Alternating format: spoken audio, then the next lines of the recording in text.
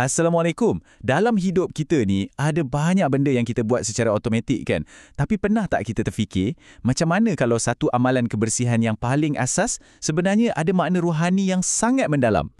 Hari ni, kita nak kupas sikit tentang konsep istinja dalam Islam. Satu amalan yang sebenarnya menghubungkan kesucian fizikal kita dengan iman.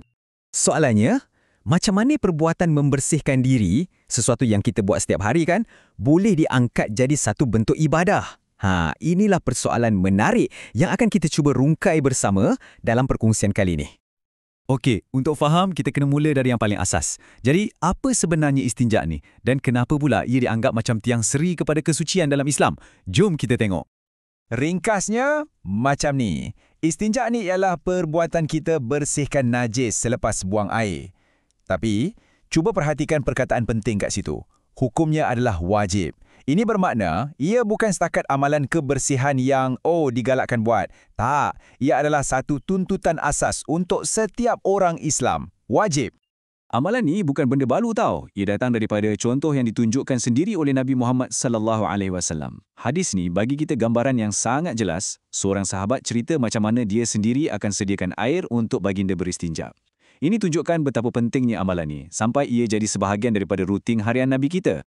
Baik, sekarang kita masuk bab praktikal sikit. Apa alat-alat yang kita boleh guna untuk bersuci? Sebenarnya kan pilihannya lebih luas daripada yang kita sangka. Tapi dalam masa yang sama, ada juga beberapa larangan yang sangat-sangat penting untuk kita tahu. Yang menariknya kat sini ialah fleksibiliti yang Islam berikan. Pilihan yang paling utama yang terbaik tentulah air mutlak, macam air hujan, air sungai atau air paip kita tu. Tapi Islam faham realiti hidup. Kalau tak ada air, bahan-bahan keset yang bersih macam batu, daun kering atau zaman sekarang ni kertas pun dibenarkan. Di sebalik setiap larangan ni, ada prinsip yang jelas. Kita dilarang guna apa-apa yang dihormati, contohnya tulisan suci atau makanan. Kita juga tak boleh guna benda yang boleh bahayakan diri ataupun benda yang memang dah sedia najis. Semuanya patah balik kepada satu konsep asas, jaga kehormatan dan adab, walaupun dalam amalan yang paling pribadi. Okey, kita dah tahu apa dan dengan apa. Sekarang soalannya macam mana? Sebenarnya ada beberapa peringkat cara nak buat istinja ni. Dari yang cukup syarat sehinggalah ke tahap yang paling sempurna. Ada 3 cara utama. Boleh guna air sahaja atau benda kesat sahaja. Tapi cara yang dianggap paling afdal, paling utama ialah dengan menggabungkan kedua-duanya sekali. Logiknya mudah je. Kita guna benda kesat macam tisu atau batu untuk buang air najis tu. Maksudnya fizikal najis tu. Kemudian, kita sempurnakan dengan air untuk bersihkan sisa-sisanya. Inilah tahap kesucian yang paling lengkap. Tapi, kalau kita pilih nak guna benda kesat sahaja, ada beberapa syarat penting kena ikut. Macam yang disenaraikan ni. Alat tu mestilah suci dan kering. Dan yang paling penting, najis tu mestilah belum kering atau tak merebak ke tempat lain. Kalau salah satu syarat ni tak dipenuhi, maka air jadi satu-satunya pilihan yang sah. Kena guna air. Kita dah faham bab teknikal. Tapi persoalan yang lebih besar ialah, kenapa Islam sangat-sangat titik beratkan amalan ni? Jawapannya jauh lebih mendalam dari sekadar kebersihan fizikal. Ia menyentuh terus kepada teras kesejahteraan rohani kita. Cuba kita renungkan peringatan yang agak menggerunkan ni. Nabi SAW pernah lalu dekat 2 kubur dan baginda bagi tahu para sahabat penghuni kubur tu sedang diseksa. Puncanya, salah seorang daripadanya tak membersihkan diri dengan betul lepas buang air kecil. Ini menunjukkan betapa beratnya akibat kalau kita abaikan amalan yang nampak macam remeh ni. Kepentingannya dalam hidup seorang Muslim memang tak boleh pandang ringan. Fikir macam ni, istinja ni macam prasyarat. Ia adalah anak kunci. Tanpa kebersihan asas ni, ibadah-ibadah teras kita macam solat dan tawaf dianggap tak sah.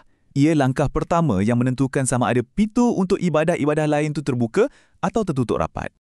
Selain nak elak akibat buruk, ada satu motivasi yang lebih indah. Al-Quran sebut secara langsung, Allah menyukai orang-orang yang sentiasa membersihkan diri. Jadi, setiap kali kita beristinja dengan betul, ia bukan sekadar bersihkan badan. Ia adalah satu tindakan untuk kita dekatkan diri kepada satu sifat yang Allah cinta. Jadi kalau kita rumuskan, manfaatnya sangat menyeluruh. Dari segi fizikal, ia jaga kesihatan kita. Dari segi rohani, ia sahkan ibadah kita dan bagi kita pahala. Dan yang paling penting, ia membuktikan macam mana dalam Islam, kebersihan luaran dengan kesucian dalaman tu adalah dua benda yang tak boleh dipisahkan.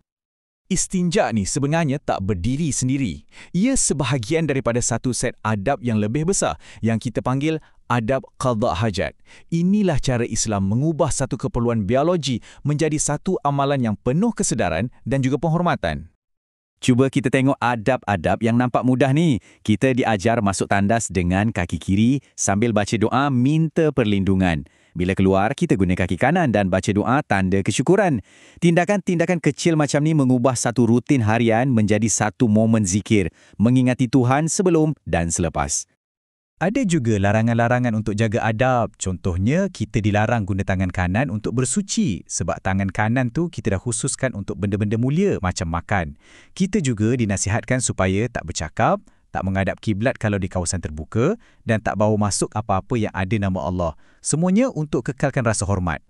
Dan adab ni bukan untuk diri sendiri je. Ia juga termasuk tanggungjawab kita kepada masyarakat dan alam sekitar. Islam larang keras perbuatan buang air di tempat laluan orang, bawah pokok tempat orang berteduh atau dalam sumber air yang tak mengalir. Boleh dikatakan, ini adalah pelajaran awal tentang etika alam sekitar dan tanggungjawab sosial.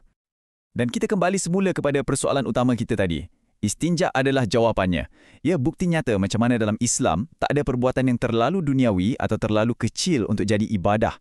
Amalan kebersihan yang paling asas ni, bila kita buat dengan niat dan adab yang betul, ia jadi cerminan kepada nilai kita yang paling dalam, ketaatan, kesyukuran dan keinginan untuk sentiasa berada dalam keadaan suci, luar dan dalam.